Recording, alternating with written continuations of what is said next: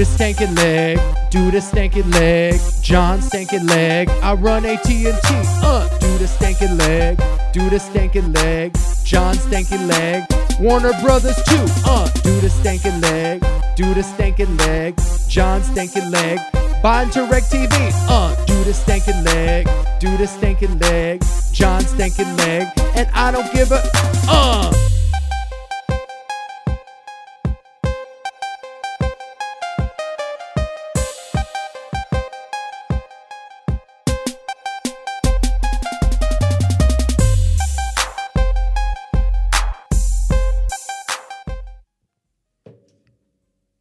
I'm deeply sorry.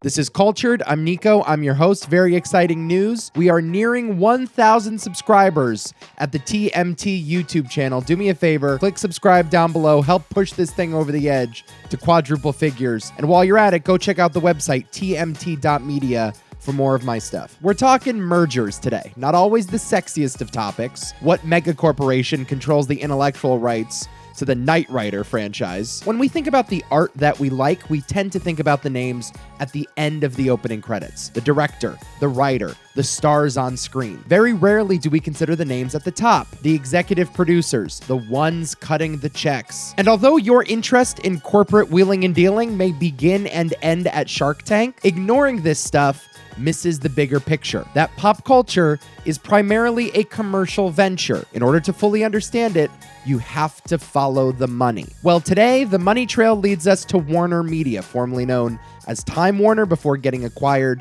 by the third worst cell phone provider, AT&T, in 2018. Warner Media is the company behind Warner Brothers, which of course includes DC Entertainment, New Line Cinema, Castle Rock. On the TV side, you have the Turner Networks, TBS, TNT, True TV, CNN. You also have networks like Cartoon Network, Cinemax, and most notably, for the purposes of our conversation, HBO. After weeks of speculation, AT&T announced on Monday that Warner Media would be merging with Discovery Inc., once again forming a newly named media company. Again, it's important to note this was not an acquisition, this was a merger. AT&T will own 71% of the newly formed media company. Discovery Inc. will control 29%. The whole operation will be headed up by Discovery CEO David Zaslav. This is a consolidation of forces, kind of like when the Allies got together to defeat the Nazis, or when Paris Hilton and Nicole Richie got together on The Simple Life. Same sort of thing.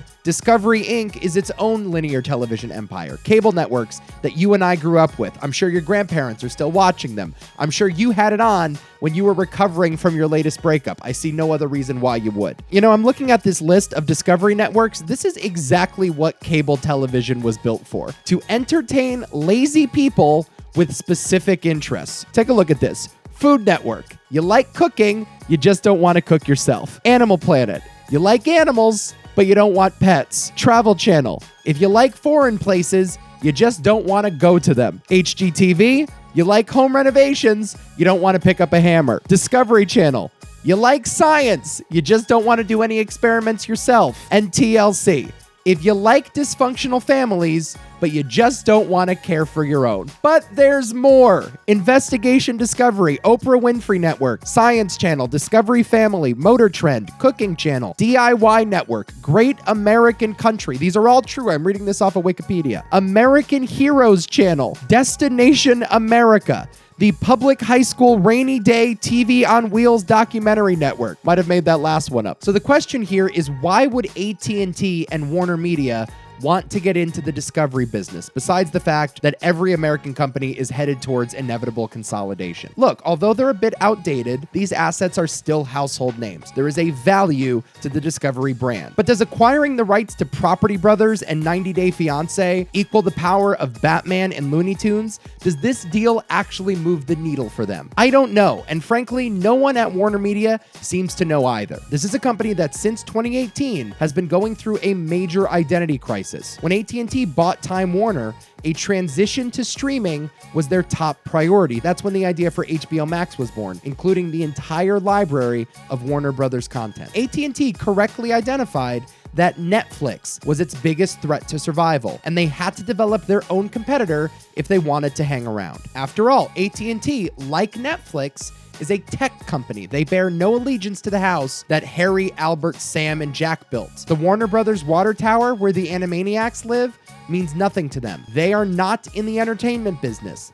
They're in the cell phone business. You know when you go to upgrade your phone and the guy at the AT&T store tries selling you a year of DirecTV? Same thing here. HBO Max is just another service, another app that occupies your phone time. AT&T has very little interest in getting you to a movie theater. They would much rather dominate your Wednesday nights at home, your hour-long commute, your time in the dentist waiting room. This is what the content wars is all about.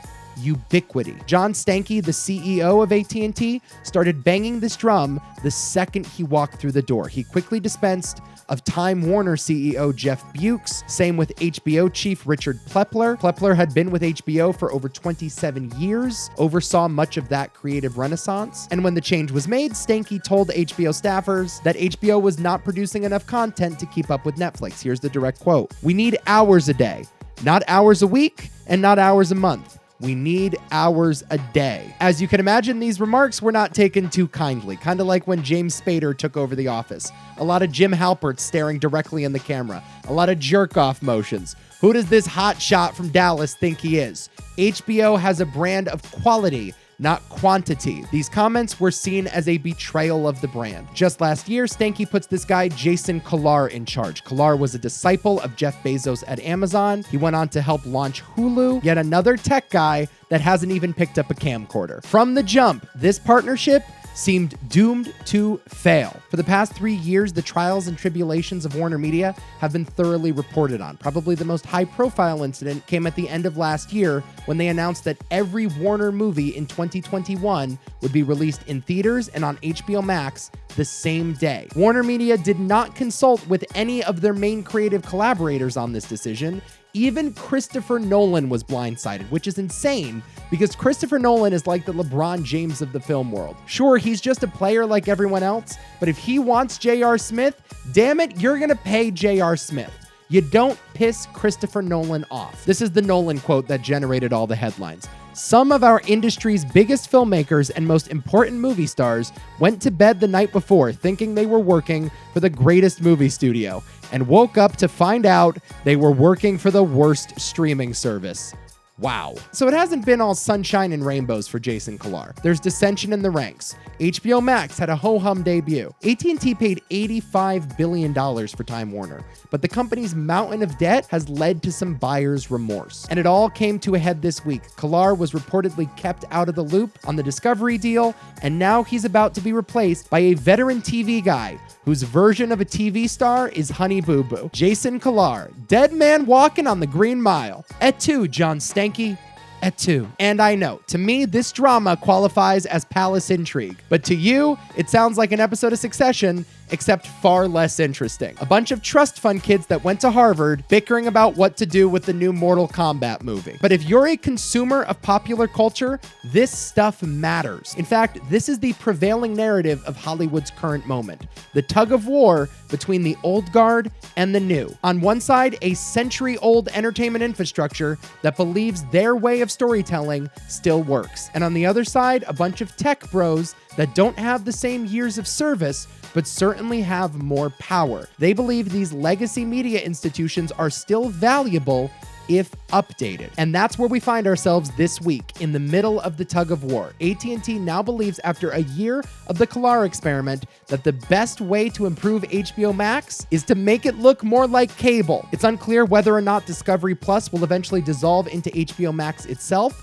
but the hiring of David Zaslav says a lot about the direction of this company. The old guard is starting to tug back. What I will say more broadly is that this discussion isn't new. Creators have been railing against authoritarian studios since the beginning of the 20th century. Is this any different from Westinghouse controlling CBS? From GE controlling NBC? Not really. In fact, it's hard to look at the current media landscape without thinking the tech world has had a net positive effect. In fact, a demand for more content means more jobs. a wider variety of projects. Take a look at the companies that you think have the most experience in the entertainment business.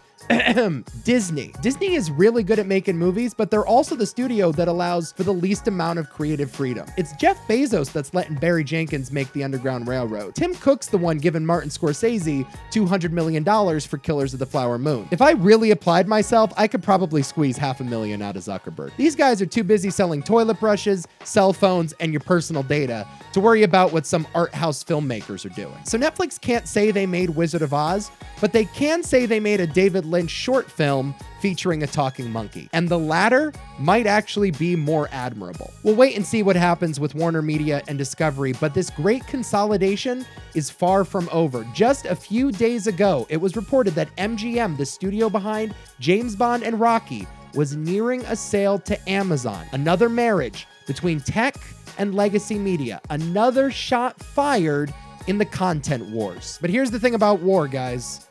No one ever really wins. This is Cultured. I'll see you next week.